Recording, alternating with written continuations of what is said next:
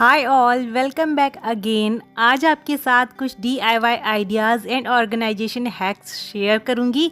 तो अगर आपने मेरे चैनल को अभी तक सब्सक्राइब नहीं किया है तो सब्सक्राइब कर लीजिए एंड नोटिफिकेशन बेल को ऑन करके ऑल पे सेलेक्ट करिएगा, जिससे टाइम टू टाइम आपको सारी नोटिफिकेशंस मिलती रहें।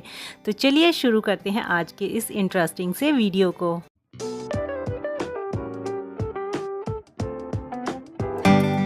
टिन कैन से बहुत सारे DIYs हम लोग बनाते हैं और सबसे बड़ी प्रॉब्लम आती है इसकी शार्प एजेस की वजह से। हाथों में लग जाती हैं और हमें चोट आ जाती है। तो ये क्वेश्चन मुझे स्वाति जी ने पूछा था एंड इस वीडियो को देखने के बाद आई होप इनकी प्रॉब्लम बिल्कुल ही सॉल्व हो जाएगी। सबसे पहले लिया है मैंने ये कटिंग प्लायर और इससे कम से कम 4 जगह पे मैं कट्स लगाऊंगी। तो बहुत कम कट्स लगाने हैं, 3 या 4 कट्स सफिशिएंट हैं।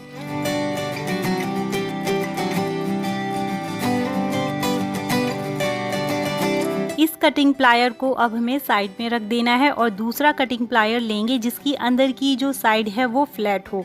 उससे ही हम अपनी शार्प एजेस को अंदर की साइड में फिक्स करके अच्छे से फ्लैट कर देंगे। बिल्कुल इस तरीके से ही आपको करना है। इससे ना तो आपके हाथों को कोई हार्म पहुंचेगा और ये प्रोसेस एफर्टलेसली कंप्लीट हो जाएगी।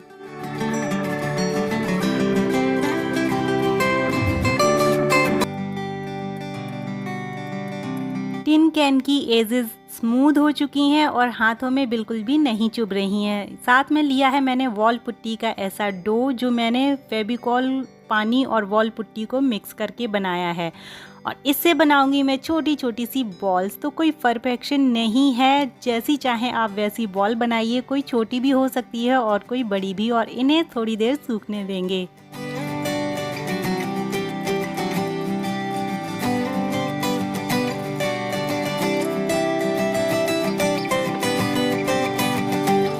मेरे पास है वॉल पुट्टी से तैयार किया हुआ ये पेस्ट। इसे मैंने वॉल पुट्टी और फेविकॉल को मिक्स करके इस तरीके की कंसिस्टेंसी में रेडी किया है। इसे हम अप्लाई करेंगे टिन कैन के ऊपर। अच्छे से अप्लाई करने के बाद कंप्लीटली टिन कैन को सुखा लेंगे।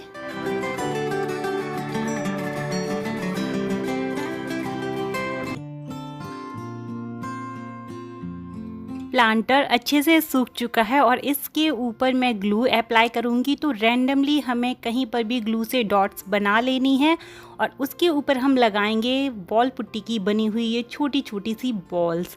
जैसे पैटर्न में आप चाहते हो उस पैटर्न में आप इनको इसके ऊपर चिपका दीजिए।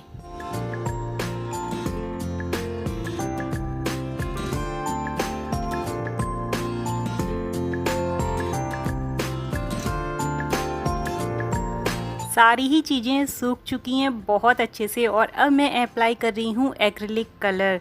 ये टोटली आपके ऊपर है, आपकी चॉइस पे है। जो कलर आपको अच्छा लगता है वो कलर आप इसके ऊपर अप्लाई करिए।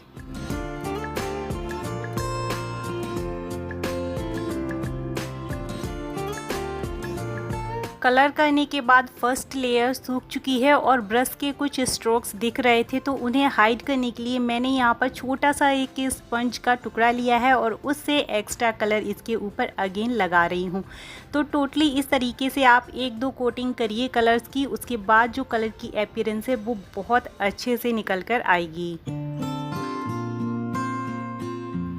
कलर होने के बाद ये कम्प्लीटली सूख चुका है और यहाँ पर है मेरे पास ये वुडन डॉबल के छोटे छोटे से सेम साइज़ के ही कुछ पीसेस। टोटल 3 पीसेस मैंने लिए हैं और इनके ऊपर भी मैंने येलो एक्रिलिक कलर के 2 कोट अप्लाई करके इनको कलर कर लिया। तो बिल्कुल ऐसी ही चीज़ें आपको लेनी है। अगर आपके पास ये टुकड़े नहीं है तो आप वॉल पुट्टी के भी इस तरीके के टुकड़े ले सकते हो और इन्हें हॉट ग्लू गन की हेल्प से मैं टिन कैन की जो नीचे वाली साइड है वहाँ पर स्टिक कर दूंगी। एज लैग ये वर्क करेंगे।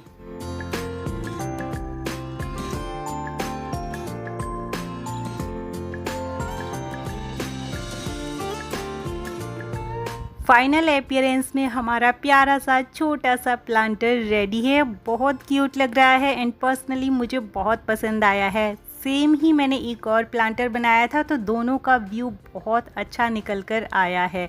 आई होप आपको ये वाला DIY बहुत पसंद होगा एंड आप डेफिनेटली इसको ट्राई करेंगे।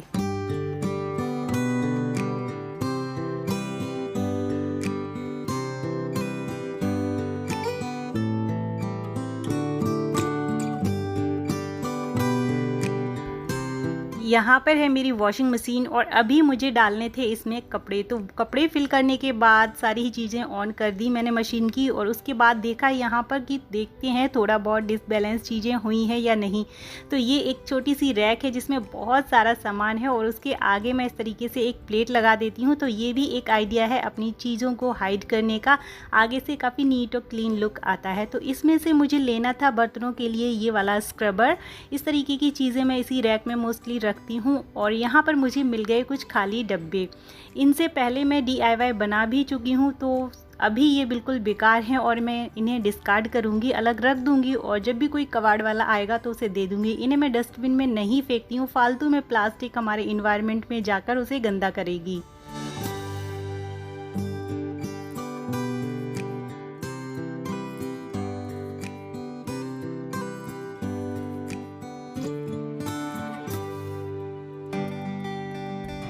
अक्सर जब हम बाहर से कोई शॉपिंग करके आएँ या कोई सामान लेकर आते हैं तो एक जगह ऐसी बना लेते हैं जहाँ पर सारी चीज़ों को डंप करते जाते हैं, चाहे वो टेबल हो या फिर फ्लोर सीटिंग, और चीज़ें इकट्ठी हो जाती हैं तो बहुत ही भद्दा सा लुक क्रिएट होता है। तो ट्राई करिए इन चीज़ों को उनके प्रॉपर प्लेस पे रखने का। किचन का सामान है उसे किचन में रखिए, कोई और सामान है तो उसे उसके प्रॉपर प्लेस पे रखिए। ये चीज़ें फेस्टिवल में बहुत यूज़फुल होती हैं और आपका घर नीट और क्लीन लगेगा। डेली बेसिस की जब हम क्लीनिंग करते हैं तो इस तरीके के कुछ कॉर्नर्स या हिडन प्लेसेस होते हैं जहां रेगुलरली क्लीनिंग नहीं हो पाती है और हम इन चीज़ों को छोड़ देते हैं। बट ट्राई करिए कि 2 से 3 दिन में कम से कम एक बार तो इन चीज़ों के पीछे हम अच्छे से क्लीन करें जो भी हिडन एरियाज़ हैं। और देखिए कितनी सारी डस्ट और धूल यहाँ पर इकट्ठी हो जाती है। दिखने में तो चीज़ें क्लीन लगती हैं बट रियलिटी अलग होती है। तो इस तरह से करेंगे आपका घर हमेशा डस्ट फ्री रहेगा। मेरे घर में जब हम सब फ्री हो जाते हैं तो हमारा बेडरूम लिविंग रूम में कन्वर्ट हो जाता है और सब यहीं पर बैठ के गॉसिप करते हैं, गेम्स खेलते हैं, बच्चों के साथ टाइम बिताते हैं। तो यहाँ की बेडशीट और पिलो कवर्स सारी ही चीज़ों को मैं इस तरीके से अरेंज करने की कोशिश करती हूँ कि चीज़ें जल्दी से डिस्टर्ब ना हो। तो ये वाला लुक मुझे बहुत अच्छा लगा है एंड कलर कॉम्बिनेशन भी अभी के हिसाब से बहुत परफेक्ट है। इस तरीके की चीज़ें आप भी ट्राई कर सकते हैं। और छोटी सी एक अलमारी है जो मेरे बेडरूम में ही है और ये पूरी ही ओपन है, तो इसमें मैं कुछ इस तरीके से सामान को अरेंज करके रखती हूँ। थोड़ा बहुत लुक 2-3 दिन में चेंज कर देती हूँ चीज़ों को यहाँ से वहाँ रख कर।